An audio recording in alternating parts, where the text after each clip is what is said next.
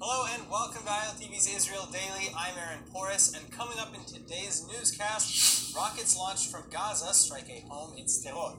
Prime Minister-elect Benny Gantz holds landmark meetings with members of the Joint Arab List, and we hope you've got your appetite handy because today Israelis celebrate International Sandwich Day.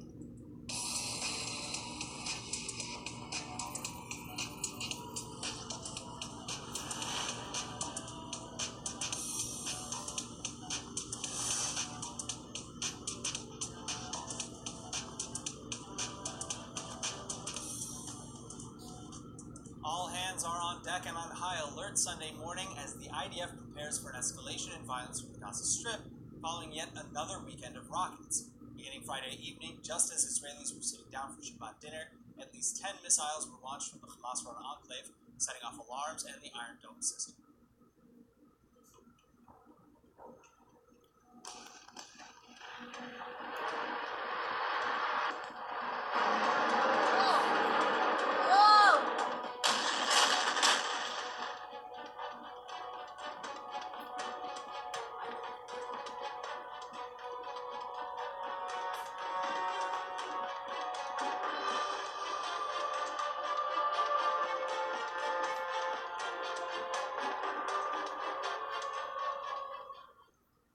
Now, one rocket during the strikes even struck a home in the southern city of Sderot, as seen in the CCTV footage. But luckily, no one was hurt, because the parents and the children who lived in the house ran to protected areas just before the projectile hit. Well, in response, as per usual, Israel conducted airstrikes against Hamas targets in Gaza, reportedly killing one and wounding two more. Israel holds Hamas responsible for any attack that comes from the Strip, in spite of the fact that the Palestinian Islamic Jihad terror group is believed to be behind these latest strikes, and not Hamas. This policy, however, is in part why many Israeli leaders are at odds on what to do next. MK Naftali Bennett, for one, agrees that we should be prepared for more, but that for now, there's no point in a stronger response, as it will only lead to unnecessary spinning. Former IDF Chief of Staff and Blue and White Party leader Benny Gantz, on the other hand, says that we must strike harder to restore deterrence, including the reintroduction of targeted assassinations. בממשלה שאקים נחזיר את ההרתעה בכל אמצעי שעומד לרשותנו. ראשי החמאס יישאו באחריות אישית, מפקדות החמאס יושמדו, תקופת ההפלגה תתקיים אם לא יהיה שקט מוחלט בדרום. נחזיר את ההרתעה ונדע להילחם, אבל גם נדע לנצל אותה. ולהחזיר את התקווה בדיוק כפי שהיה נוהג יצחק לו היה איתנו כאן היום. Either way, many defense experts are starting to suspect Iranian proxy and Palestinian Islamic Jihad leader in Gaza, Baha Abu al-Atta, of orchestrating the latest string of attacks, meaning that something will likely have to be done soon one way or another, and attacking Hamas alone may not be enough. In other news, it was a very busy weekend in the world of Israeli politics as well, as Benny Gantz continues to race against the clock in negotiations for a possible government. For the first time in over 10 years, someone other than Benjamin Netanyahu has a chance of becoming Prime Minister of Israel, and the Blue and White or Kahol Levan party head Benny Gantz isn't going to give it up without a fight. That's why following meetings with other party leaders last week, the Prime Minister-elect is now sitting down with members of the Joint Arab Knesset list. They're clearing a path towards the Arab majority parties either backing or even joining in the next coalition government for the first time in decades.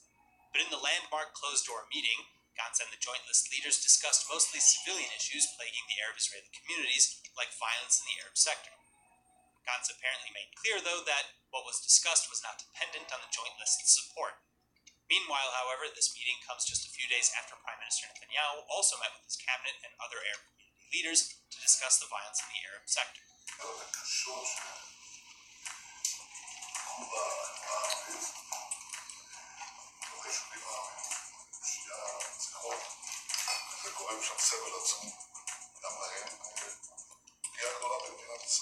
But critics highly suspect this meeting to be politically motivated and indicative of intentions to return to a third election cycle. The same suspicion reported after Channel 12 revealed talks between Netanyahu and the new right's Naftali Bennett. Netanyahu is reportedly considering reappointing Bennett to the cabinet, and Bennett, for his part, though, has since come out against such rumors, saying that if I'm an obstacle to forming a government, I release Netanyahu from any commitment to me and to the new right, and I'm ready to sit in the opposition. The main thing, he added, is to get a government established. Now joining us in the studio to break down the weekend events, please welcome Likud Party Knesset member Sharon Haskel. Thank you so much for coming back. Welcome back. Good evening. Yeah. All right, so let's start right now with the rockets and the security situation down south. Right now, Benny Gantz, as we heard earlier, is saying we should return to targeted assassinations. Is he speaking, like a strong man to project strength ahead of, negotiations for the coalition, or does he really mean it? And do you think that's the right way to go? Look, it's a serious question, and unfortunately, we will not know until he is in a position to make those decisions. And that's part of a problem with, electing a prime minister that has never served in the parliament before. Obviously, he served in the military, and we are very grateful for his service in the military. But we don't know how he is going to act as a leader. We don't know what kind of decision he is going to make. We don't know whether he's talking or whether he's the type of person who's in action. Well, do you think that would be a mistake to go back to that sort of deterrence? Look, to be honest, we're dealing with a very difficult situation. I sit in the Foreign Affairs and Defense Committee. We have a special opportunity right now to hit Hamas hard, and we need to hit them where it hurts. We need to hurt them on the personal level, in their personal assets, and we also need to hit them with their strategic assets, Hamas strategic assets.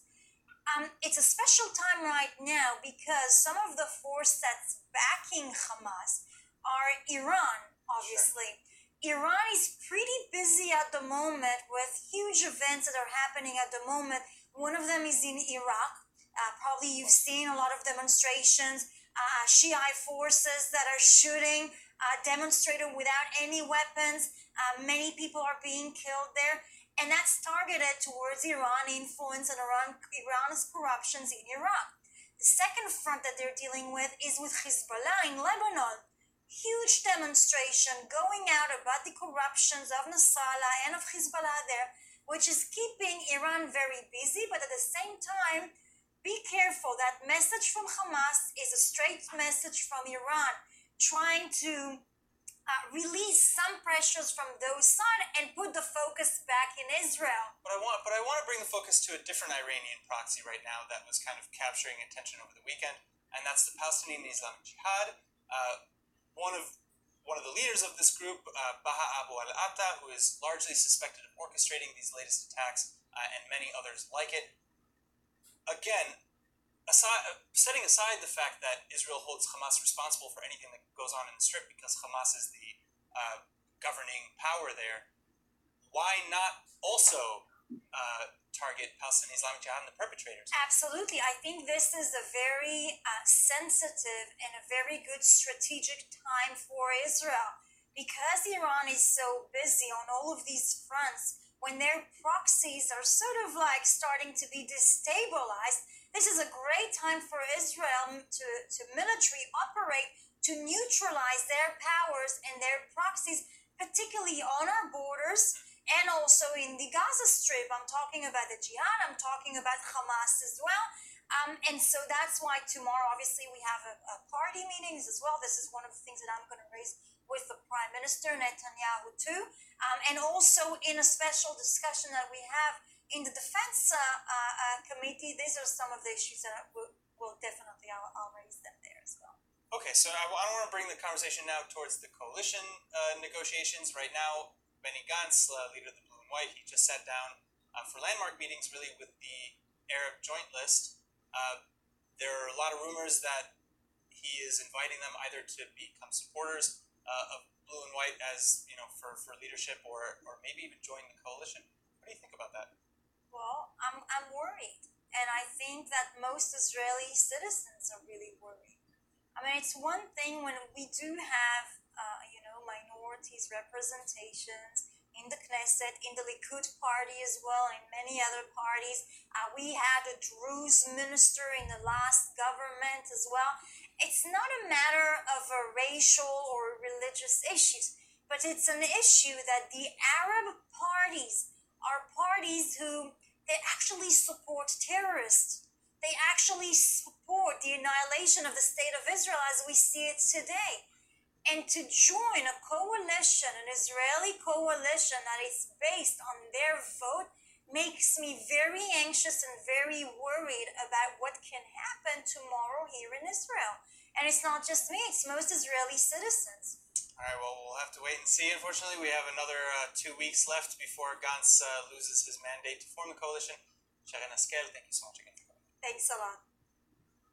All right, it may have only been 12 days since Prime Minister Netanyahu failed to secure the top seat in Parliament, but a new television series documenting his life and political career is already in the works, and ILTV's Nittany Manson reports. Love him or hate him, the man will certainly go down in history for his many accomplishments from before, during, and eventually after office. We're talking, of course, about Prime Minister Netanyahu.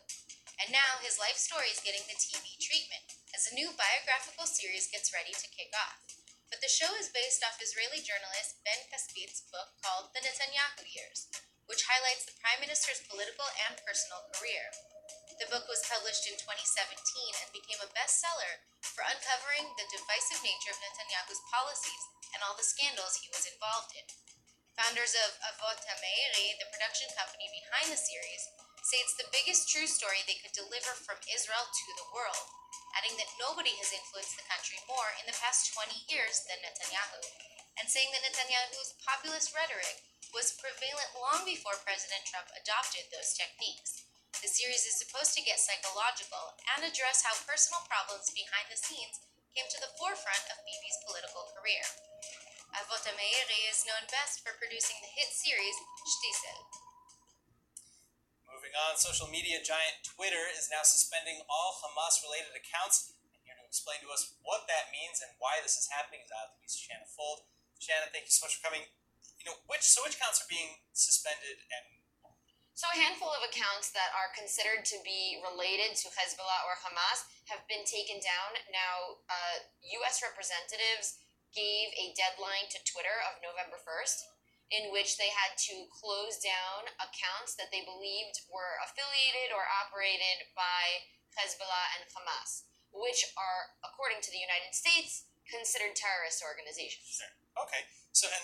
But this is not like the first time this has happened. The United States has targeted these sites before. Yes, they have targeted these sites before. Now, I think the most interesting site that is being targeted currently is Al-Manar TV, which is an Arabic TV station. They do news and they have a Twitter account, as do most TV stations have Twitter accounts.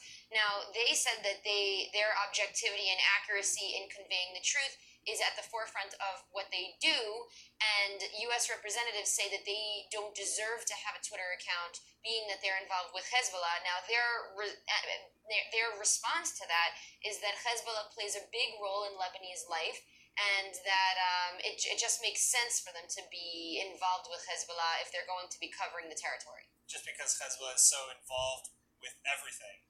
Yes. I see. Yeah. Okay, and so, wow, like how is this going to affect like social media? I mean, what are they going to do next? Like, how does this work? Well, I think that the issue, so the U.S., the Twitter's U.S. representative responded to it. He said that if these accounts would like to continue on, they need to be peaceful and they need to be sort of correcting anything that they might have done that may have been anti-peace or sort of inciting in that regard. So they're saying that even if they are maybe affiliated with some of these groups, they may not be banned in the future as long as they don't incite to violence? Yeah, because in the past, like you brought up before, in 2016 and 2014, Hamas and Hezbollah had their accounts removed. Sure. Especially in 2014 during the Gaza war, any account that was linked with Hezbollah was taken down. And so the important part there is that they were able to get their accounts back, because they just made new ones, and what they are saying is that what the Twitter director is saying is that the materials cannot be incitement for violence. All right, well, thank you so much, Shanna, and yeah, we hope that Twitter takes this seriously in the future as well. Thank you. All right, you know what time it is. It's time to learn about some more new and amazing places to visit here in the Holy Land. This is the side of Israel, of course, that most people have not seen before, and it's brought to you by Visit to Israel, one of the world's leading Instagram pages about how to travel in Israel.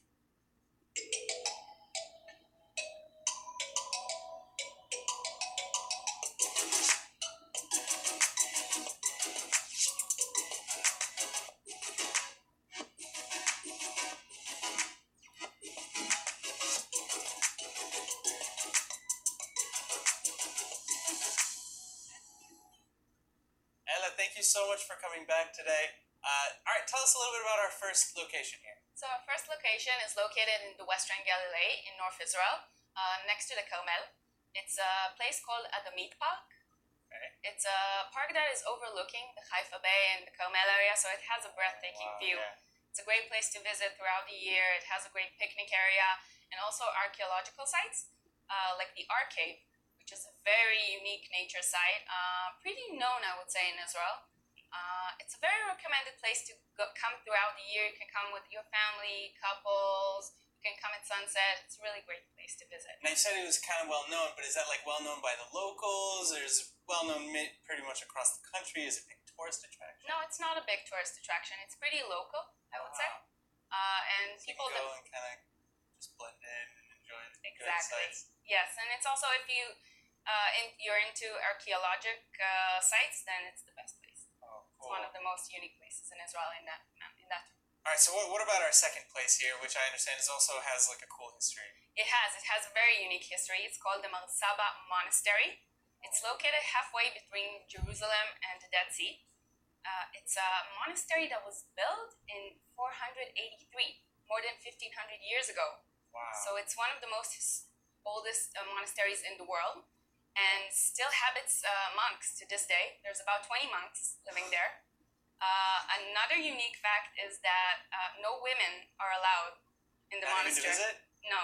No women are allowed to visit. All right, so maybe half of our viewers can visit, I Yes, guess. but they have a place called the Women Tower in which they can view the monastery. So Okay. this is the only place where women can visit. So this is a tradition they still keep for the past 1,500 years. All right. Yes, it's a beautiful place. It's very unique. It's not very common or known to get there, especially for Israelis. It's a bit more problematic. Sure. You need to coordinate with the army if you want to get there, yes. Wow. But if you're a tourist, I would recommend coming with an instructor or a travel company. It's not that it's not safe, it's just easier to get there because... Sure, they kind of maybe take care of all of that organization Exactly. with the army. Exactly, but it's worth the view. It's a great place to hike, it's a great place to do a bike tour, not in really heat of the summer, But on a nice day. on a nice day. And thank you so much for coming in. Thank you so much, and, Aaron. Yeah, go check out the amazing places in Israel. Thank you. All right, well, attention now, all foodies. Time to keep your forks, knives, and bibs at the ready, because it turns out that in Israel, you don't have to travel very far to taste the flavors from the rest of the world. Now, I think Natasha Kirchuk has the scoop. You're in Israel and you finally want a taste of authentic Israeli food. But here's the thing, authentic Israeli food is international in of itself. That's because the Israeli kitchen is an immigrant kitchen. Today, we're going to travel the world through food at one of Israel's most trendy foodie destinations, the Carmel Market in Tel Aviv. This is vodka roast beef. This is the Italian pita. It's not just Italian, it's Roman Jewish. We have special food and even a special language. Buon appetito. I don't even know where to start. Where do I start? Right here. Oh, wow, wow, wow. להכין לך משהו? No, I know I'm supposed to share this with you, but... There's no really Italian food with no homemade limoncello.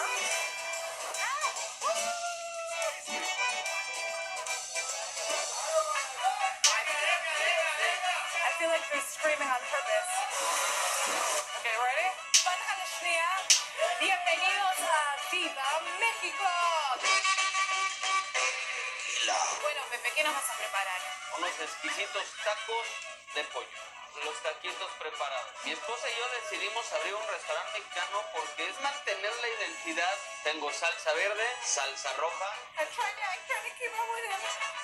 Yo agarro mi taco, tú agarras tu taco. Se toma por la parte de arriba. Okay. Por la parte de arriba. La otra arriba, eso. El dedo es muy importante, como si fuera champán. Hacemos la cadera hacia atrás para no escurrir.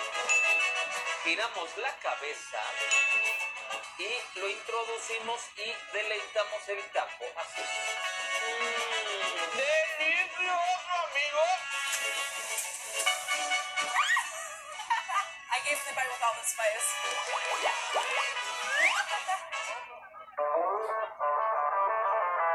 Now we're in Africa, in Libya, at Shuri. It's all the recipes that he's serving here, he grew up eating in his grandmother's house. Gilad, the man behind the magic, he refuses to be interviewed on camera, but that's okay because we have Eldal, this hot, sexy young man. This is couscous handmade, I suppose. It's like beef mahmoum. It's like potato sandwich with meat inside, but bucha, cheese. And this one is spicy, so good luck with it. Wow. It seems really inauthentic that I keep on saying wow every time I eat something here. Wow. But everything is very, very good. Very good. Woo! Yeah, get this in a short amount. Sit down. Okay. Ready? All right. This is the type of place that you come if you really want homemade, authentic food and to make some new friends. All right? Okay, 3, 2, 1. We are in Thailand. Are you filming me? Okay, 3, 2. Wow, all that alcohol. One thing that I just want to say to everybody here is that beware, if you eat in Israel, you are going to have shots forced down your throat. Welcome to Thailand. I hear a lot of stories that people go to Thailand and they are like to eat Thai food. So that's why I have an idea to open here. I don't think I can handle any more spice today.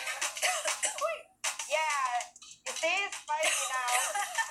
They like spicy, they like the taste of the food. I've eaten so much today in the shoot that I don't think I can go on. So we're just going to watch other people eat here. Was it hard for you to move to Israel in the beginning, or do you like Israel? I love it. Love here. I feel like I'm in home. Kapunka!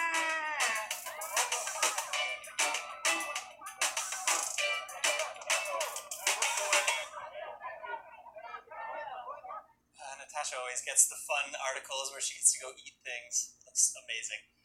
But on the topic of food for this next story, we hope that you have 2 pieces of bread nearby because today, November 3rd, Israelis mark International Sandwich Day.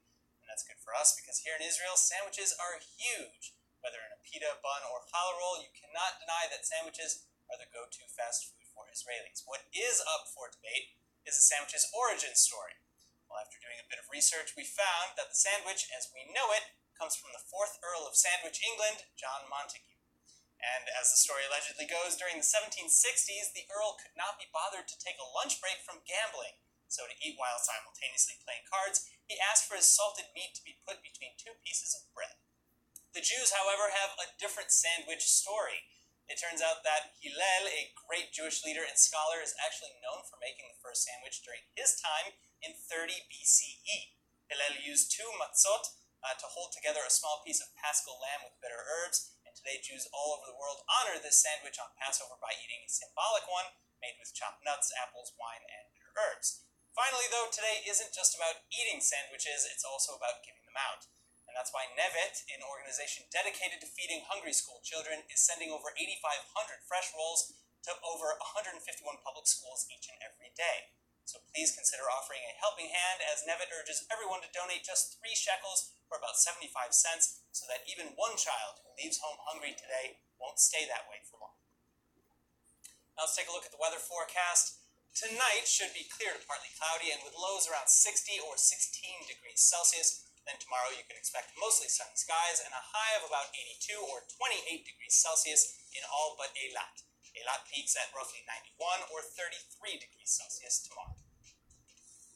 Alright, that is it for today's news. Today's exchange rate is 3.53 shekels to the American dollar. For more news from ILTV, please like ILTV on Facebook and follow us on Instagram. I'm Aaron Porras. Thank you so much for